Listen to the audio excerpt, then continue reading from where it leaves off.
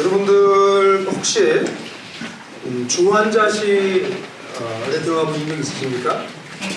중환자실에는 특별히 여러분들의 아주 친척들, 가까운 분들이 사경을 헤매실 때나 들어가실 수 있는 그런 곳이죠.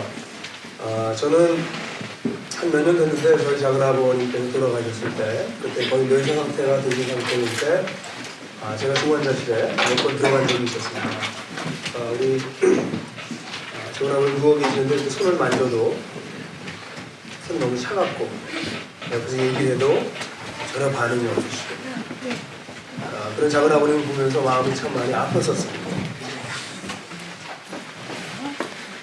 겉에서 어떻게 이야기를 하고 또 어떤 자극을 드려도 전혀 반응하지 않는 그 분을 보면서 이분이 정말 돌아가셨나 보다, 그런 생각을 했었습니다.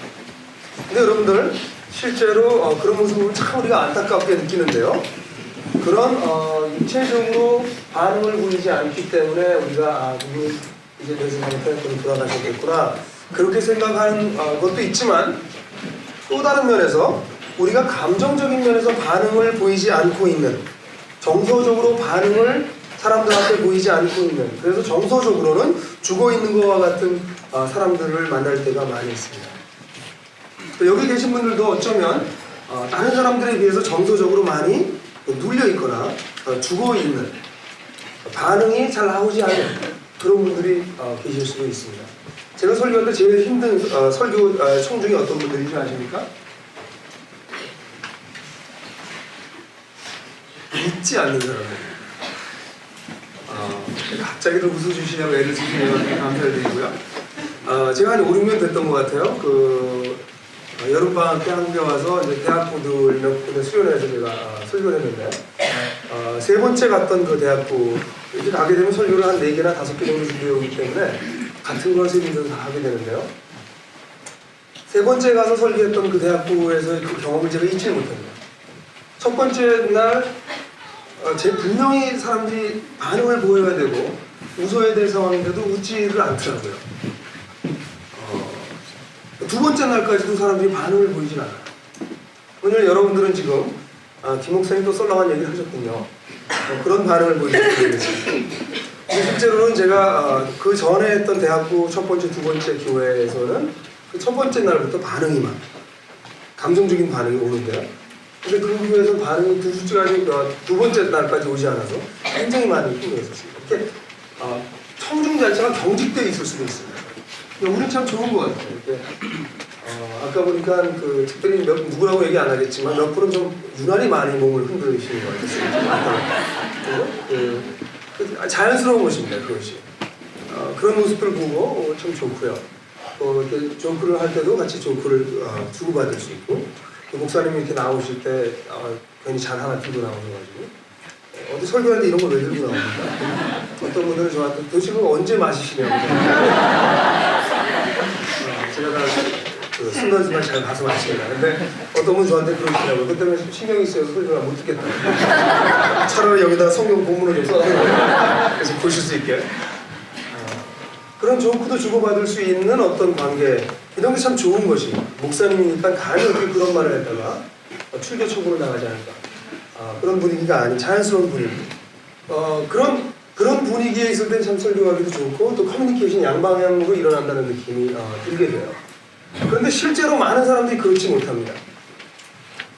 지난주에 여러분들한테 숙제를 내드린 게 있죠? 뭐였죠? 참 좋다, 좋다, 그 말 좀 많이 해보자고 했었잖아요. 그죠? 참 좋다, 좋다라고 하는 말은 실제로 오늘날 우리의 시편과 다름이 없습니다. 세상을 바라보면서, 나를 바라보면서 좋다, 참 좋다. 그럼 한번 다시 한번 해볼까요? 그죠? 참 좋다, 좋다. 뭘 보고 그러십니까? 저를 보고. 그렇게 반응할 수 있다는 게 얼마나 좋은 건지 모르겠어요. 여기 꽃 여러분 보시면서 그런 거 느끼지 않으세요? 봄이 돼서 그런지 더 아름다운 꽃이고, 우리 또 꽃꽂이 하시는 집사님이 꽃꽂이를 참 특별하게 잘 하시는 것 같아요. 자연스럽게. 그런 거 항상 느끼지 않으세요? 그죠? 이런 거 보고서 참 좋다, 어떻게 이렇게 이쁠까, 그런 생각이 들 수도 있을 것 같아요. 꽃이 우리나라 꽃 같은데 말발그림도 모르겠어요. 하얀 꽃이요. 그런 거 이거 보면서 너무 좋다, 이런 느낌이 듭니다. 근데 여기 계신 분들 중에 어떤 분들은 좋아 그런 분들이 계실지 몰라요. 또 제가 지난주에 숙제를 내드려서 참 좋다, 좋다라는 얘기를 하라고 그랬는데 해보니까 그래도 별로 안 좋던데 인생이 그런 분이 뭐 그렇게 이 나이에 이런 생각을 하시는 분이 계실지도 실제로 모릅니다. 왜 사람들은 그 좋다는 감정, 참 좋다, 좋다 그런 감정들을 자연스럽게 느끼지 못하고 살아갈까요? 2주 전에 우리가 이 시리즈를 시작하면서 기쁨이라고 하는 것은 그냥 외면에 어떤 일이 일어났을 때 그냥 나오는 것이 아니라는 얘기를 했었습니다. 기쁨이라고 하는 것은 외부적인 어떤 자극이나 사건이나 어떤 기분이 느껴졌을 때 그것이 나의 내면에 있는 가치관, 나의 내면 세계에 있는 어떤 가치관과 연결되어지면서 그 다음에 감정이 나온다는 얘기를 했습니다. 제가 그걸 거기다 간단하게 설교안에다 써드렸는데요. 1차적인 느낌이나 자극이나 어떤 사건이 있었을 때 그것이 내면 세계에 거의 무의식적입니다. 생각지 않고 거의 무의식적으로 자기 내면 세계에 있는 가치관을 통해서 이것이 해석되어집니다. 그리고 난 다음에 감정이 나타나는 겁니다. 물론 이거는 거의 순간적인 일입니다. 이걸 뭐 딱 보면 이걸 어떻게 해석하지? 프로세스 딱 끝나거나 자 이제 웃어 이렇게 하는 분들이 가끔은 있습니다. 형광등이라고 그러잖아요. 이런 분들요. 예를 들면 이런 것입니다. 똑같은 사건이 있지만 그 사건을 받아들이는 것이 전혀 다르게 나타납니다. 꽃을 어떤 남자로부터 여자가 선물을 받았을 때 그랬을 때 반응이 항상 그 꽃을 받았다는 것으로 인해서 좋아만 하지는 않습니다. 물론 여기 몇몇 자매님들은 제발 누가 꽃을 좀 좋았으면 그런 생각을 하시는 분이 계신지 모르겠지만 꽃을 정말 자기가 좋아하는 사람이 꽃을 주면 반응은 어떻게 나옵니까? 당연히 기쁘고 즐겁습니다. 그런데 나랑 별로 관계가 없는 사람이 꽃을 가지고 오면 불편해집니다. 더군다나 내가 혐오하는 사람이나 전혀 나랑 관계를 갖고 싶지 않은 사람이 나한테 꽃을 가져다 주면 아주 불쾌합니다. 내가 도대체 어떻게 했길래 저런 사람한테 꽃을 받아? 뭐 이런 반응이 나올 수도 있습니다. 꽃이라고 하는 것이 동일한데도 불구하고 이렇게 달라질 수가 있습니다. 뿐만 아니라 꽃이라고 하는 것이 똑같은 사랑하는 관계에 있어서도 달라질 수 있습니다. 늘 남편이 아내에게 사랑을 잘 표현하는 사람이 꽃을 선물했을 때는 아내는 그것을 자연스럽게 받아들입니다. 그래 꽃을 한 번도 선물 안 하는 사람이 남편이 꽃을 아내를 선물하면 거긴 반응이 두 가지로 나타납니다. 거기 그냥 감격하는 착한 아내들이 있는가 하면 그 다음에 조금 더 여우과에 속하는 아내들은 도대체 이 사람이 뭘 잘못해서 꽃을 샀을까 이렇게 나옵니다. 그러니까 똑같은 상황인데도 불구하고 관계나 그 사람들 속에서 어떤 가치관을 가지고 있느냐에 따라서 반응은 전혀 다르게 나타난다는 것이죠.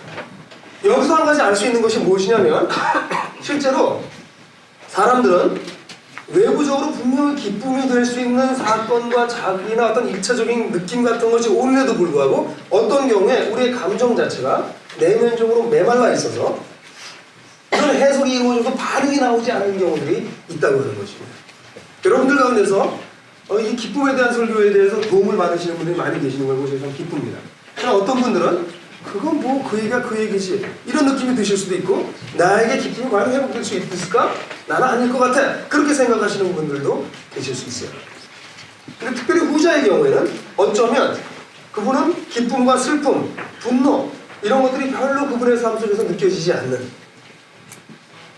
감정 자체가 오그라들어 있는 우리 정서 자체가 매우 메말라 있는 상태에 계실지도 모릅니다. 실제로 상당히 많은 사람들이 감정 자체가 메말라 있습니다. 이런 노래 같은 걸 부르면 당연히 우리는 흥겨워져야 됩니다. 특별히 첫 번째 노래 같은 거요, 오이 기쁨 같은 찬양, 굉장히 그 가락이라든가 이거 자체가 우리로 하여금 움직이게 만듭니다. 그러나 전혀 움직임이 없는 그 목석 같은 자세를 유지하고 있게 되는 부분들이라든가 이런 것들이 뭐 전부 그러진 않을 수 있지만 실제로 우리의 내면적인 정서가 메말라 있을 때 또는 감정이 이렇게 오그라들어 있기 때문에 반응을 못 보이는 경우도 있습니다. 그렇다면 이 감정 자체가 또는 우리의 내면 사계가 왜 이렇게 오그라들어 있는가 거기에 대해서 좀 얘기를 할 필요가 있습니다. 제가 한 4가지 정도 이유를 생각할 수 있는 것 같아요. 감정 자체가 메마르게 된 이유는 첫 번째는 우리 삶 속에서 겪게 되는 우리들의 어려움입니다. 실제로 우리는 살아가면서 굉장히 큰 어려움들을 겪습니다. 어려움을 겪었을 때 외적으로 극적인 어떤 어려움들을 겪었을 때 그것이 내면의 상처가 됩니다. 상처가 되고 나면 우리의 감정이 오그라듭니다. 상처이 치유되지 않을 경우에 특별히. 감정은 점점 축소됩니다. 기쁨을 느낄 수 있는 능력, 슬픔을 느낄 수 있는 능력들이 점점 제한되기 시작합니다. 그래서 어릴 때, 특별히 사춘기 때 특별한 나쁜 경험을 한 사람들이 성격이 아주 어두워지거나 디프레션에 빠진다거나 대인 공포증을 갖게 된다거나 이런 일들을 우리가 보게 됩니다. 특별히 사람들 많은 데서 모욕을 당한다거나 또는 뭐 사람이 많은 데가 아니라 할지라도 아주 치명적인 모욕을 당하는 그런 경험들을 겪었을 때 사람들은 신경이 쪼그라듭니다. 이런 꼭 극적인 것들 많이 실제로 우리들의 마음을 이렇게 쪼그라뜨리는 것은 아닙니다. 실제로 우리는 가정에서 우리들이 이렇게 변화되고 사회화가 되는데요. 실제로 가정에서 이런 일들을 많이 겪습니다. 어떤 가정에서는 아이들이 자랄 때 그 가정 자체에 감정의 표현이 없습니다. 별로. 표현이 있다면 분노의 표현만 있을 뿐이에요. 가정에. 그러니까 기쁨과 즐거움이라든가 이런 것들이 표현이 되고 주고받아지는 환경이 아닌 감정이 표현됐다면 그것은 거의 다 분노일 경우가 표현되는 이런 가정에서 태어난 사람들은 정서적으로 안정적이고 기쁨과 즐거움을 누리는 능력들이 점점 상실되어져 갈 수밖에 없습니다. 이 어린아이들은 원래 발랄해요. 원래 아이들은 막 돌아다니게 되어 있습니다. 근데 어떤 아이들은 식당 같은 데 가면 물론 5, 6학년이 되고 앉아있을 수 있습니다. 걔들 얘기하는 것이 아니라 이 미취학 아동들 정도 되면 오래 못 앉아 있습니다. 근데 어떤 아이들은 잘 앉아 있어요. 그럼 우리들은 뭐라고 얘기해요? 가정교육이 잘 됐어요. 근데 실제로는 그렇지 않습니다. 그 아이들은 굉장히 억압되고 있는 거예요. 어떤 면이. 아이는 이렇게 집중해서 한 군데 오래 앉아 있을 수 있도록 돼 있지 않습니다. 아이는. 그런데 그런 분위기 속에서 아이들이 이제 감정들이 메마르기 시작합니다. 그렇게 해야 된다라고 하는 그 자연스러움을 점점 아이들을 이제 상실하기 시작한다고 하는 것이죠. 또는 부모 자신들이 사랑을 하고 있지 않을 때 아이들은 그 냉랭함 속에서 감정이 메말라고. 그러니까 실제로요, 여기 계신 모든 분들이 가정이라고 하는 환경 속에서 감정이 이렇게 잘 자랄 수 있는 그런 환경 속에서 자라시는 분들이 거의 없어요. 우리가 지금 앞으로는 좀 나아질지 모르겠지만 다 사는 게 힘들었던 시대에 살았기 때문에 실제로 가정이라고 하는 환경 속에서 실제로 사람들은 세상 속에서의 어려움, 고통들을 경험하게 되고 보이지 않게 이런 눌리는 것을 경험합니다. 그뿐만 아니라요, 이런 것들도 있는 걸 제가 발견하게 됐어요. 아이들은 어른들의 모습을 보면서 이렇게 하면 안 되는구나 이런 걸 너무 많이 느끼는데요. 제일 지원이 이제 첫 번째 아들, 우리 아들이 하나밖에 없으니까 아들이 저희 태어났을 때 제가 이야기 많이 해줬어요, 아이한테. 그러다 어느 시점이 되면서 토끼 얘기만 하면 안 되겠다. 저 우리나라에 아주 옛날 얘기도 해줘야 되겠다. 신청전을 해주는데 그게 그때가 한돌이 전후해서 겨우 말을 알아들을 때였어요. 근데 이 아이한테 이제 신청전을 얘기를 해주는데요.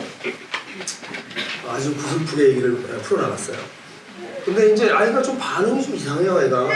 다 알아들을까, 이 말을. 그럴 정도였는데, 그런데 이제 심청이가 신봉사를 떠나는 장면에 이르러서는 아이가 입술이 막 이렇게 여러분 아이들 울기 전에 입술이 이렇게 네모내지는 거 있습니다. 이렇게 되는 거. 이러기 시작해요.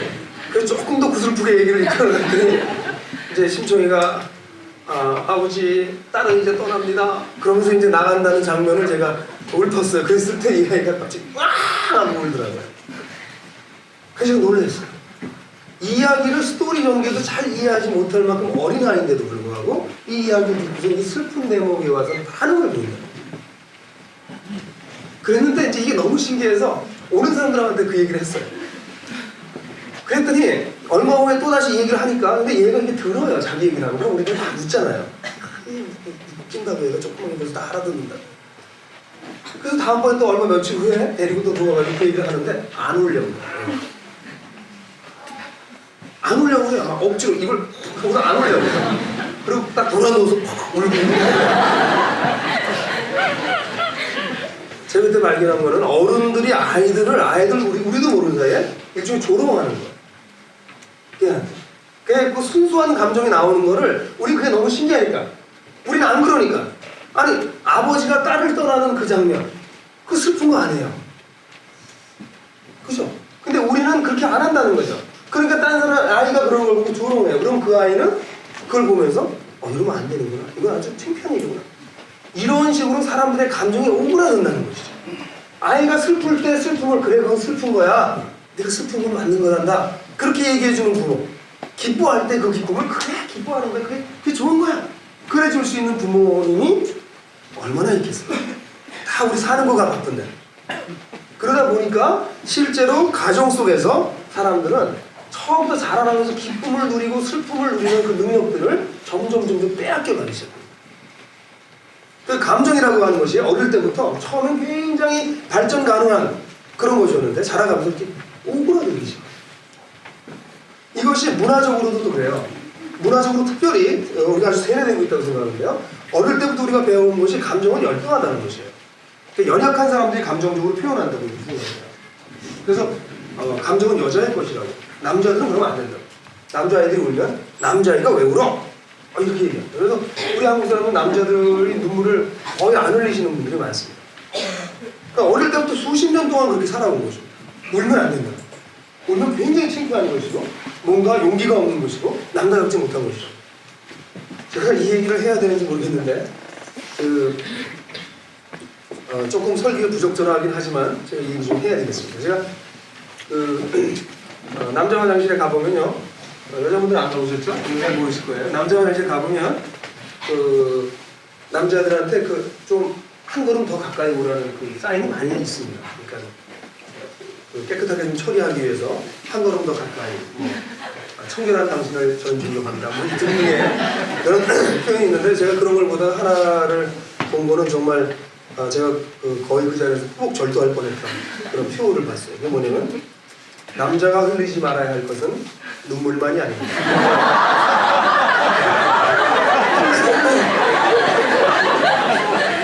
제가 무슨 너무 기가 막혀가지고 얘기할 게 많은 대목입니다. 이 부분.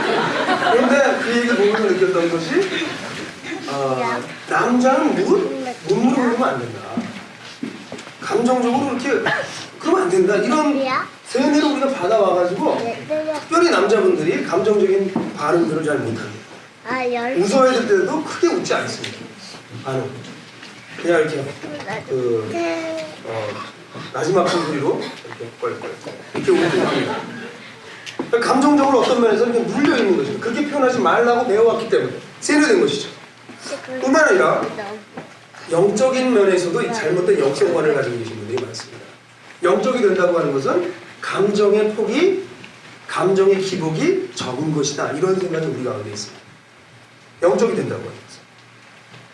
그래서 너무 많이 기뻐도 안 되고, 너무 많이 슬퍼도 안 되고, 기뻐도 약간 기쁘고, 표현도 약간 하고, 슬퍼도 약간 슬프고 표현하고. 이게 영적인 것이다. 일종의 엄숙주의죠. 그런 생각을 사람들이 많이 가지고 있습니다. 그래서 어떤 일을 보고 기쁘다 이렇게 하면 사람이 참 철나거든요. 어떤 애가 좀 막 슬퍼하면 저 사람 감정이 저렇게 감정 컨트롤 못해가지고 이렇게 해요. 그 많은 사람들이 영적이 된다는 것과 감정적으로 메말라 간다는 것이 거의 비슷해가는 그런 오해를 가지고 있습니다. 그러나 실제로 성경을 보게 되면 그렇지 않아요. 다윗과 같은 경우가 이 영성의 어떤 아주 대표적인 인물인데요. 다윗을 보면 다윗이 특별히 사무엘하 같은 경우에 보면 6장에 나오는 걸로 아는데요. 법궤가 들어오는 걸 보고 너무 기뻐가지고 빼앗겼던 법궤가 돌아오는 걸 보고 너무 기뻐서 어떻게 했어요? 춤을 췄어요. 이걸 보고 여자가 미갈이 어떻게 했어요? 6장 16절로 기억해요. 사무엘하 6장 16절로 이렇게 나오는데 그 속에 업신여기 다윗이 하면서 춤추는 거예요. 그러니까 어떻게 왕이 채통을 지켜야지. 근데 왕은 다윗은 자기의 기쁨 자체를 어떻게 할 수가 없어 막 춤을 추고 있는 거예요. 그래서 다윗의 영성은 굉장히 훌륭한 영성이에요. 감성도 풍부했고요. 이런 생각이 구약 성경에서도 그런 사람들의 생각 속에 늘 흐르고 있어요. 그러니까 교회에 오면 목사님은 늘 근엄해야 되고 장로님 그러니까 위서부터 쭉 그 순서대로 이렇게 쭉 가서 농담하는 건 서리 집사는 농담. 어디 저 위에서 농담하면 안 되네. 쭉 내려가서 저 밑에 계신 분들이나 농담하는. 늘 근엄한 그 분위기. 이것이 잘못된 영성관입니다. 이런 것 때문에 사람들은 감정이 크리스찬들조차도 감정이 점점 오그라들고 메말로 들어갑니다. 이런 것들과 조금 다른 것으로서 또 하나 제가 말씀드릴 수 있는 것은 삶에 대한 불안과 염려입니다. 이렇게 얘기할 수 있습니다. 여러분들, 우리의 감정이라고 하는 것이 이렇게 있는데, 이 감정을 느낄 수 있고 반응할 수 있는 우리 감정이라고 하는 것이 있는데, 그 감정이 일종의 조그만 구멍을 하나 뚫어놓고 그 속에 있는 알갱이를 자꾸 빼내는, 그것이 바로 염려와 불안, 걱정, 염려, 이런 것입니다. 사람은 누구나 어느 정도는 염려하고 걱정하게 돼 있습니다. 자기 미래라든가 자기가 어떻게 살아야 되는지, 자기 현재 여러 가지 상황에 대해서 걱정하고 염려할 수 있습니다. 그건 당연한 것입니다. 그런데 대부분의 사람들이 취하는 방법이 이런 불안한 요소들 때문에 자신의 삶을 보호해 줄 수 있는 것들을 찾아요. 보호막. 그게 이제 물질일 경우가 많습니다. 물질일 경우가 많고, 아니면 또는 사람들이 될 수도 있습니다. 가정, 배우자, 자녀, 이런 사람들이 나를 보호해주는 보호막이라고 생각해요. 또는 권력이 될 수도 있습니다. 그런데 이런 부분들이 튼튼할 때는 사람들이 거드름을 핍니다. 근데 이런 부분이 약해지면 그건 불안해지죠. 염려하죠. 이런 염려가 늘 마음속에 있으면 마음속에 있는 기쁨을 누릴 수 있고 행복할 수 있는 것들이 계속 빠져나가는 것 같아요. 작은 구멍이 있는지 모르지만 그것이 늘 흘러나가게 된다는 거죠. 계속 빠져나간다고 하는 것이죠. 염려와 걱정은 우리 감정을 실제로 갉아먹습니다. 그럼 많은 사람들이 염려를 합니다. 어떤 사람들은 염려가 없어지면 요즘 왜 이렇게 걱정할 게 없지? 그래서 걱정을 또 해요. 걱정이 그냥 거의 삶의 거의 라이프스타일이 돼서 걱정할 거리가 없으면 또 뭐 걱정할 게 없나 이렇게 생각할 정도, 또 그런 염려를 할 정도. 이게 사람들의 마음속에 아예 그냥 본질처럼 되어 있어요. 염려와 불안한 마음이 우리 속에 가득 차 있으면 차 있을수록 사람은 기뻐할 수가 없습니다. 기뻐할 수 있는 능력을 상실됩니다.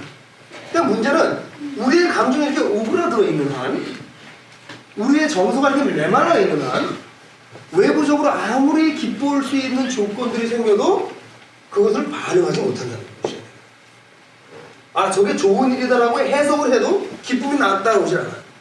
그러니까 이 꽃을 보고 아, 참 좋다. 그러고 나면 뭐 별론데 이런 생각이 따라오지 않아요. 감정이 메말라 있습니다. 기쁜 노래를 불러도 몸이 움직여지지 않고, 슬픈 영화를 봐도 눈물이 잘 나오지 않고, 분노해야 될 사건이 터져도 사람들이 분노하지 않아요. 감정이 메말라요. 그럼 아무리 튼튼한 가치관을 가지고 있어도 반응이 나오지 않습니다. 하나님은 우리를 이렇게 만들지 않으셨어요. 처음부터 하나님은 우리를 감정적으로 기쁨을 누리도록 창조하셨습니다. 우리는 정서적인 존재로 창조되었어요. 사람들이 이 부분에 대해서 오해를 합니다. 우리가 누리는 기쁨, 슬픔, 분노 또는 질투, 이런 것들이 그냥 오는 것이 아닙니다. 이것은 하나님께서 우리를 위해서 만드신 것입니다. 하나님 자신이 그런 분이십니다. 하나님은 감정을 가지고 계신 분이십니다. 이 부분에 대해서 굉장히 우리가 어렵게 생각합니다. 하나님이 감정을 가지다니. 그렇다면 하나님도 그렇게 막 우리처럼 널뛰는 감정을 가지셨단 말입니까? 이런 생각을 하는데, 그 이유는 우리가 누리는 감정은 늘 문제를, 부정적인 것이 따라오기 때문에 그래요. 예를 들어서 우리가 슬픔을 느끼잖아요. 슬픔을 느끼면 그 슬픔은 우리를 정화할 수 있는데, 슬픔은 그 다음으로 따라가는 게 뭐냐면 좌절이라고 하는데 우리를 끌고 들어가요. 우리가 슬픈 일이 생기면 그 좌절을 끌고 들어가요. 우리를. 또 우리에게 의해서 의분, 틀렸다, 잘못했다는 생각이 들면 보복하고 하고 싶은 마음이 들어요. 또 우리에게 어떤 기쁨이 온다면 그 교만으로 갑니다. 그러니까 늘 우리에게 어떤 감정이 있으면 그 감정은 인간은 그 다음 걸로 따라 들어와요. 그 부정적인 것이 따라온단 말이죠. 예를 들어서 제가 오늘 예배 끝나고 난 다음에 어떤 분이 오셔서 목사님 오늘 설교는 특별히 참 좋았습니다. 그리고 그렇게 얘기하실 분이 안 계신 것 같은 표정인데요. 그렇게 저한테 얘기를 하면 제가 기쁘겠죠. 아, 내가 오늘 잘 준비해서 좋은 내용을 전했겠구나. 그 사람이 유익을 얻었구나. 그럼 기뻐하는 건 나쁜 거 아닙니다. 그때 프레이저로 주님께 영광. 나는 기쁘지 않아. 이렇게 얘기하면 안 됩니다. 난 기쁜 겁니다. 근데 그 다음 생각이 근데 우리 고성 목사님이 이렇게 못하실걸? 이렇게 하면 이 부분이 문제가 되는 거예요. 그러니까 우리는 감정을 느낄 때 순수하게 그 감정 자체만 느끼는 것이 아니라 그 다음에 따라오는 여과되는 여러 가지 문제들이 붙어 다닌단 말이죠. 그러니까 우린 감정하면 하나님도 그럴 거라고 생각해요. 근데 하나님은 기뻐하실 때 교만하지 않으시고 슬퍼하실 때 좌절하지 않으시고 분노하실 때 버벅하시는 분이 아니십니다. 그러니까 우리와 다른 분이에요. 그 부분에 있어서. 그러나 하나님은 감정적인 분이십니다. 성경을 보십시오. 하나님의 감정이 얼마나 많이 나타나는지. 우리가 하나님의 형상을 따라 지음을 받았다고 하는 것은 바로 코, 눈, 귀, 입 뭐 이런 것을 만들어졌다는 것이 아니라 바로 이런 감성적으로 반응할 수 있는, 기쁨을 기쁨을 누릴 수 있고 슬픔을 보고 슬퍼할 줄 알고 잘못된 것을 보고 의문을 느낄 수 있는 이런 능력을 하나님께서 부여받고 만들어졌다는 것을 의미합니다. 시편의 성경 구절들을 보면요, 실제로 우리 하나님이 얼마나 특별히 기뻐한다는 표현만 제가 좀 뽑아봤는데요. 중요한 것만 한번 여러분 한번 읽어보십시오. 여러분들 설교관에 나와있죠? 시편 5편 4절을 다 같이 한번 읽겠습니다. 이런 죄악을 기뻐하시는 하나님이 아니십니다. 이는 주님 마음을 할 수 없습니다. 여기 보면 하나님이 도덕적인 퀄리티를 가지고 기뻐하시고 기뻐하지 않을 수 있다고 얘기합니다. 도덕적으로 악인이냐 죄악이냐 아니냐 그걸로 기쁨의 내용이 결정된다고 얘기를 하고 있고요. 하나님에게 있어서 시편 104편 31편 한번 같이 읽을까요?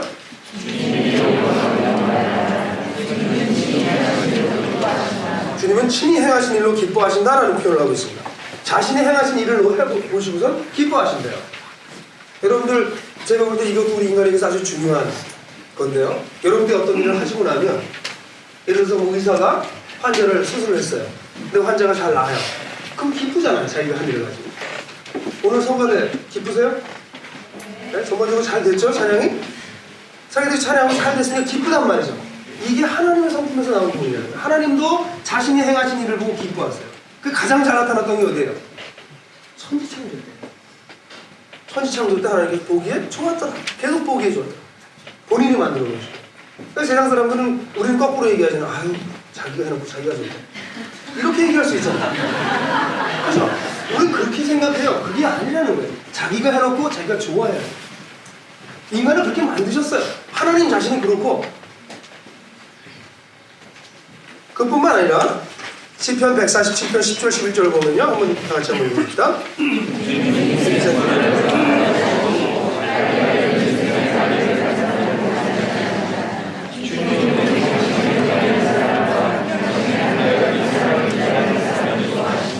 여기 보면 이것은 전쟁 상황에서 쓰여진 시인데요. 힘센 준마, 지금으로 얘기하면 지금 미국에서 계속 팔리려고 하는 그런 전투기겠죠. 그 전투기라든가 힘센 다리를 가진 사람이 아주 강력한 보병을 얘기하는 거죠. 이런 사람을 기뻐하는 게 아니라 하나님은 하나님을 경외하고 또 한결같이 하나님을 사랑을 기다리는, 하나님의 인자입니다. 하나님의 인자를 기다리는 인간을 좋아하신다. 하나님 사람을 보실 때 어떤 이런 물질이라든가 어떤 그 외면적인 힘이라든가 이런 걸 좋아하시는 것이 아니라 사람들의 마음, 이걸 보고선 좋아하시고 기뻐하시는 것이 나타난다는 거예요. 그 맨 마지막으로 시편 149편 4절 같은 거 보면 주님께서는 당신의 백성을 보시고 기뻐하신다, 그런 표현을 쓰고 있습니다. 그래서 하나님께서는 우리들을 보고 기뻐하시고 여러 가지 기뻐하시는 방법이 있습니다. 기뻐하시는 어떤 그 메커니즘이 하나님 자신이 가지고 계세요. 그 하나님이 우리를 만드셨기 때문에 우리도 하나님을 기뻐합니다. 그래서 우리 찬양할 때 이 시편 같은 데 보면은 우리도 기쁨으로 하나님을 찬양하는 거예요. 우리가 그렇게 만들어졌으니까 하나님이 그렇게 하신 일을 보면서 우리도 기뻐해라. 여기 보면 우리 새로 번역된 변호는 아주 과격하게 표현을 했는데요. 시편 47편 1절 같은 데 보면 마음 백성아 손뼉을 쳐라. 여기까지 우리가 하겠는데 하나님께 기쁨의 함성을 외쳐라. 이거 어떻게 해야 될까요? 이게 아마 그 할렐루야 뭐 이런 거 아닐까 싶기도 한데요. 기쁨의 함성을 외쳐라. 그게 표현하라고 얘기하고 있습니다. 왜냐하면 우리가 그렇게 만들어졌으니까. 시편 4편 7편 같은 경우에 보면은 주님께서 내 마음에 안겨주신 기쁨은, 이 표현이 참 재밌죠? 옛날 개혁성경에 내 마음에 두신 기쁨은 이렇게 되어 있는데요. 내 마음에 안겨두신 기쁨은 햇곡식과 세포도주가 풍성할 때 누리는 기쁨보다 더 큰 거예요. 그러니까 여긴 무슨 얘기냐면 햇곡식과 세포도주가 주는 기쁨도 있다는 거예요. 그 기쁨보다도 하나님 주신 게 더 높습니다. 뭐 이런 얘기입니다. 그러니까 우리는 하나님이 기쁨을 누리시고 기쁨을 표현하시는 분이시기 때문에 그분의 형상을 따라 우리를 만드셨기 때문에 우리가 기쁨을 누리고 감정적인 반응을 하고 표현하는 것은 당연히 그래야 된다는 겁니다. 우리가. 그래서 사람들이 성숙하게 되면 이 감성이 풍부해집니다. 요즘 EQ 얘기 많이 나오잖아요. 그게 바로 이런 부분인데 감성이 풍부해집니다. 그러나 하나님을 알지 못해도 감성이 풍부해질 수 있지만 하나님을 알게 되면 그 사람은 특권을 가집니다. 왜냐하면 감성이 왜 풍부해져야 되는지 알아요. 이게 어디서 시작되는지 압니다. 어디로 가야 되는지도 압니다. 그래서 그리스도인들은 하나님을 알게 되었기 때문에 더 온전한 성품, 온전한 정서 기능을 가진 사람으로 성장할 수 있는 목표점을 갖게 되는 것입니다. 이 그리스도인들은 저는 굉장한 특권이라고 생각해요. 여러분 누가복음 22장에 보면 예수님이 겟세마네 동산에서 마지막 기도하실 때 이상한 기도하시고 있습니다. 여러분 그 기도 생각나세요? 이 잔을 나에게 옮겨주십시오. 그러나 나의 뜻대로 하지 마시고 당신의 원대로 하시옵소서. 이렇게 얘기합니다. 여러분들 이 성경 구절을 읽으시면서 혹시 이런 생각 안 하신 적 없으세요? 남자가 뭐 이런 일 가지고 그런 생각 하신 적 없으세요? 세상에 의를 위해서 대의를 위해서 죽는 남자들이 얼마나 많습니까? 남자만 있습니까? 여자들도 얼마나 많습니까? 근데 하나님은 예수님은 그 죽음을 앞두시고 십자가를 앞두시고선 이 잔을 막 고뇌하시면서 이 잔을 내게서 넘어가게 해주십시오. 이렇게 얘기하십니다. 그러나 당신 뜻대로 하지 마시고 내 뜻대로 해주십시오. 이렇게 합니다. 그분은 분명히 두려움을 느끼고 있는 것 같아요. 뭔가 고뇌하고 있어요. 이거 도대체 뭐냐? 그래서 신학자들이 이거 가지고 해석을 많이 합니다. 그 중에 가장 대표적인 해석, 그리고 또 저도 따르는 해석은 그거는 그 당시 예수님은 단순히 죽음에 대한 공포가 아니라 전 인류의 죄를 덮어 쓰시고 그 인류의 죄를 자신이 지고 십자가에 죽으실 거기 때문에 그 죄에 대한 그 눌림, 전 인류의 죄를 걸머지는 고통, 그것 때문에 그렇게 기도하셨다 이런 얘기를 합니다. 그래도 그 답이 다 해결이 되지 않습니다. 그런데 오늘 제가 여러분들께 말씀드리고 싶은 것은 예수님은 감성적으로 성장한 완성되신 분이었습니다. 감성적으로 완성됐다는 것이 두려움을 안 느끼는 것이 아닙니다. 예수님은 십자가 앞에서 두려움을 느끼셨습니다. 우리 그렇게 안 했으면 좋겠다고 말하고 싶어요. 예수님인데 무슨 두려움을 느끼죠? 예수님도 이제 당할 고문과 십자가의 그 잔혹한 그 처형을 알고 계셨기 때문에 그거에 대한 두려움을 가지고 있습니다. 두려움이 그에게 오셨어요. 예수님이 정상입니다. 이거를 그것이 아니다라고 하는 건 누르는 겁니다. 근데 예수님의 위대한 것은 그런 게 두려움이 느껴졌다고 해서 막 불안하고 떠는 것이 아니라 두려움이 분명히 오셨지만 그래서 이 잔이 넘어갈 수 있으면 넘어가게 해주십시오. 그렇게 기도하면서도 불구하고 예수님이 기도하면 뭡니까? 그러나 내 원대로 마시고 하나님 뜻대로 두려움이라고 하는 감정이 오고 난 다음에 따라오는 도망가고 싶은 마음을 예수님은 갖지 않으셨어요. 극복하셨어요.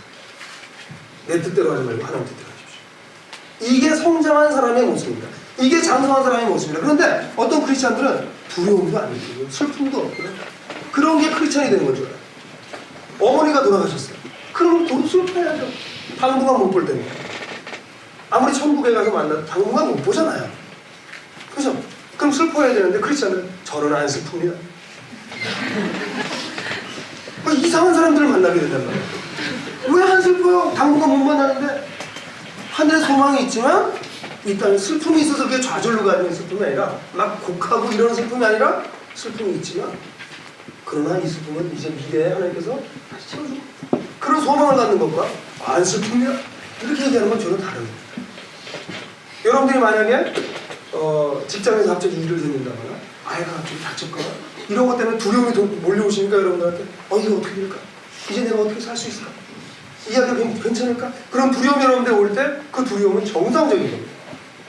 그 두려움이 왔을 때 하나님 이것을 하나님께 맡깁니다.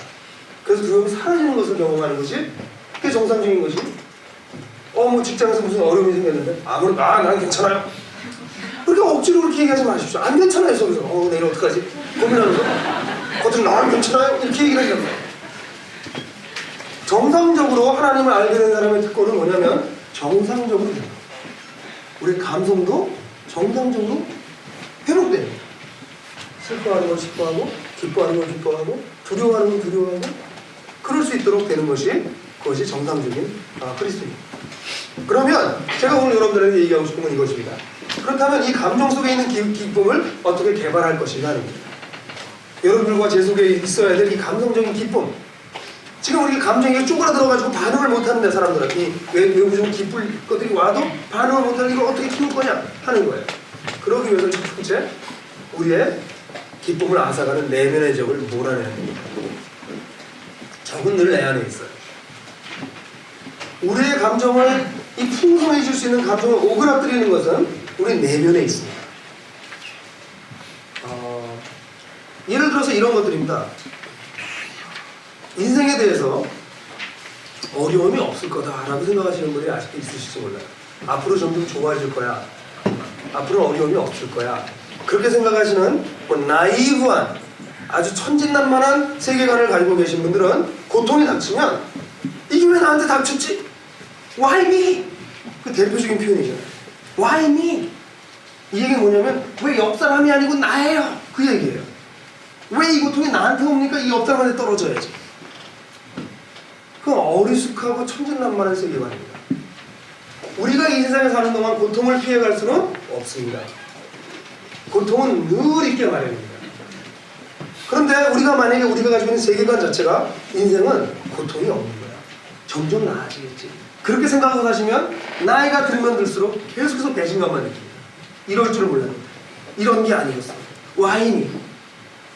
그러면서 고통에 고통이 더해져. 고통 자체도 힘든데 내가 그 고통을 겪고 있다는 사실 때문에 또 고통스러워져. 살아요. 인생은요 고통이 없는 데가 없습니다. 여러분들 지금 고통을 겪고 계시지 않으면 여러분 방학하고 있는 중이에요. 제가 요즘 좀 방학이에요. 고통이 이렇게 많지가 않아요. 근데 요즘 몸이 조금 안 좋아져서 방학이 끝날래나? 싫은 생각이 들어요. 고통이 오면 크리스찬들은 이렇게 대응을 해야 된다. 오, 너 오는구나. 물론 그렇게까지 하면 힘들겠지만 태도가 그래야 돼. 고통이 다가올 때 오, 너 올 줄 알았다. 요즘 좀 뜨끔했더니 이제 나타나는구나. 이런 반응이 있어야 됩니다. 그게 인생에 대한 적절한 이해입니다. 여러분들 중에서 혹시 크리스찬이 되면 그런 고통이 없어질 거라고 생각하는 그런 생각을 하시면 저희 교회 나오지 마십시오. 저희 교회에서는 그렇게 가르치지 않습니다. 어떤 데서는 크리스찬이 되면 고통이 없어진다고 가르치는데 전 그렇다고 믿지 않아요. 성경도 그렇게 가르치고 있지 않아요. 크리스찬은 고통을 어떻게 다루느냐에 관련된 부분이지 고통이 없어지는 그 이상한 요술방망이 같은 종류가 아닙니다. 고통을 어떻게 다룰 거예요. 그러니까 우리 마음속에서 기쁨을 앗아가는 것 중에 하나가 인생은 고통이 없는 거야. 점점 나아질 거야. 이렇게 생각하고 있으면 기쁨이 들어올 수가 없습니다. 그런 것이 우리 속에서 우리의 기쁨을 앗아가는 존재입니다. 뿐만 아니라 감정을 값없이 여기는 문화와 영성, 이것을 없애야 됩니다. 감정으로 느끼는 것은 그 정도는 좀 이고 나가야지 이 사람아, 이렇게 하는 그 분위기. 불편함을 느꼈을 때 그 불편함을 당연하게 느낄 수 있는 것이에요. 며칠 전에 저희 그 지도자 수련회 갔다 왔어요. 저희 교회에서. 수련회 이제 끝나고 차에다 나눠서 타고서 이제 올라오는데요. 저희 차가 좀 큰 차인데 사실 제 차를 타고 올라오시는 사람들이 있는데 제가 이렇게 살살 밀어가지고 다 딴 데로 보냈어요. 그래서 저희 집사람하고 저하고 애만 이렇게 타고 오려고. 그래서 큰 차에 다행히 그때 딴 차 타신 분한테 미안하지만 저희만 타고 이제 올라오게 됐어요. 그래서 이제 저희 집사람한테 당신 내 옆에 앉을 수 있겠네. 근데 지인이 저희 딸이 같이 타고 있었는데 딸을 뒤에 이제 시트벨트를 해야 되니까 얘가 너무 앞으로 온다 어쩐다 그래서 제가 저희 집사람한테 그럼 당신 뒤에 가서 앉아. 그러고 이제 차를 타고 가는데 분위기가 저쪽이 좀 서늘해요. 여러분 그런 거 있잖아요. 서늘해 저쪽이. 그래서 이렇게 보니까 분위기가 서늘한 분위기예요. 그래서 당신 왜 그래? 뭐 지도자 수련이 잘 되는 저거 좋았던 것 같은데 왜 그래? 뭐 기분 나쁜 거 있어? 그래. 나도 기분 나쁠 수 있지. 그래요? 그래서 이 사람이 왜 그러나? 그래서 얘기를 좀 이렇게 샤해서 얘기를 했을 때 저희 집사람이 얘기를 했어요. 어떻게 보면 아주 창피한 일이고 참 우스운 얘기일 수 있는데 오래간만에 같이 좀 둘이 타고 오면서 얘기를 하려고 했는데 딸을 몰라 뒤에 가라고 해버린 거예요. 그게 이제 서운했던 거예요. 네? 그 예를 들어서 그런 감정이라고 아이고 이 사람아 지금 나이가 몇인데 지금 우리가 인생이 지금 우리가 인생이 지금 어디로 가고 있는 그런 거 아니시고 아니지. 그렇게 느끼는 게 정상입니까 아닙니까? 서운하게 느끼는 거 정상입니까 아닙니까? 정상이에요. 남자들은 전혀 정상이라고 안 했어요, 지금. 지금 녹음했죠? 녹음해서 들어보세요. 정상 이후에 대부분이 여자 목소리예요. 남자 여러분들, 여러분들의 감성이 회복되길 바랍니다. 이게 정상이에요. 서운한 걸 느꼈을 때 서운하다고 얘기할 수 있어야 돼요. 근데 그럴 때, 뭐 내 팔자가 원래 그렇지만 난 애 낳아야지. 이러고 뒤에 가서 앉아버리면 이 사람 벌써 망가져 있는 사람이에요. 실제로 망가져 있는 분들이 많이 있어요. 내가 언제 언감세요. 그냥 빠져버려요. 마음이 이미 상처를 깊이 받고 있다는 것이죠. 감정을 값어치 없이 여기는 것에 그런 문화에서 없애줘야 됩니다. 그걸 우리가 버려야 됩니다. 그리고 감정을 귀하게 여기고 그렇게 느끼는 것에 대해서 존중해 줄 수 있어야 됩니다. 그럴 때 사람들이 자유로워지기 시작해요. 자기가 느끼는 걸 표현하기 시작해요. 그런데 그렇게 하지 않으니까 사람들이 사방에서 억죄고 있는데 그것도 다른 사람이 아니라 배우자, 부모 이런 사람들이 막 억죄고 있다는 거죠. 근데 정말 자유로워야 될 곳에 자유롭지 못하다. 이런 문화를 없애버려야 되는데 이것이 우리의 내면의 기쁨을 빼앗아가는 것입니다. 그뿐만 아니라 미래에 대한 불안감, 그 불안감을 커버하려고 하는 여러 가지 것들 잘 생각해 보셔야 됩니다. 여러분들 물질이 여러분들에게 안정을 가져다 줍니까? 그 물질은 언제든지 사라질 수 있습니다. 여러분 아십니까? 여러분들이 지금 믿고 있는 그 은행 계좌와 여러분들이 가지고 있는 아파트와 이런 거 다 순식간에 날아갈 수 있습니다. 그 경험하는 사람들이 있잖아요. 아, 그래서 나는 보증은 절대로 안 쓰고 뭐 그렇게 아무리 애를 써도 날아갈 때는 날아갑니다. 나이 드신 분들은 이걸 경험하세요. 거기에 여러분들의 인생의 기반을 두고 있으면 여러분들 염려에 언제든지 빠질 수밖에 없습니다. 가족, 나한테 가족이 전부예요. 그러면 그 가족에서 문제가 생깁니다. 내가 정말 애를 쓰고 내 모든 걸 투자했던 내 가족, 그 가족에서 누군가가 배신합니다. 내 마음에 이 가슴에 가지고 칼을 꽂습니다. 그럴 때 허물어져요. 여러분들 인생의 기반, 자기의 기반을 어디다 둘 것인가 하는 것입니다. 외적 조건에 둘 것인가 아니면 살아계신 하나님께 둘 것인가. 살아계신 하나님께 기반을 두는 사람들, 그 사람들은 염려와 걱정들이 점점 사라지는 것을 경험합니다. 아예 없다는 게 아닙니다. 생깁니다. 그러나 그것이 사라져버립니다. 제가 박사 자격시험, 논문 자격시험을 볼 때요. 논문 자격시험을 4시간씩 3일을 봐요. 그래서 그냥 노트북 컴퓨터를 가지고 들어가서 쳐야 돼요. 4시간 동안. 첫 번째 날이 제일 힘든 시험이에요. 그래서 그 첫날 이제 시험 보러 갔더니 같이 시험 보는 친구가 3명이 있었어요. 근데 물론 문제가 다 달라요. 그래서 치기 시작했는데, 문제를 치기 시작했는데, 두두두두 이렇게 물론 영어로 치고 있는 거죠. 치고 있는데 옆에 있는 친구가 이렇게 치고 있어요. 영타 자체가 제가 뭐 그렇게 늦진 않지만 어느 정도 치는데 그 친구는 무슨 속기록 치는 것처럼 막 치고 있는 거예요. 근데 가만 보니까 속도를 보니까 제가 치는 거 한 3배 내지 4배 치겠어요. 그 갑자기 불안한 마음이 확 들어오기 시작해요. 똑같이 시험을 했는데 쟤는 뭐 그렇게 치면 우리가 한 20페이지 정도 치는데 얘는 뭐 한 80페이지 치겠어요 지금. 그래, 왜 이렇게 쓸말이 많을까? 그래서 보다 뭐 영어를 아무래도 영작을 해야 될 거네. 뭐 미국에 오래 계신 분들 다 느끼겠지만 쉽게 되지 않는단 말이에요. 막 불안해지기 시작해요. 그 다다다다 치는 소리가 그게 막 계속 건드리는 거예요. 마음속에 염려가 계속 드는 거예요. 이럴 때 크리스찬들의 장점이 나타나요.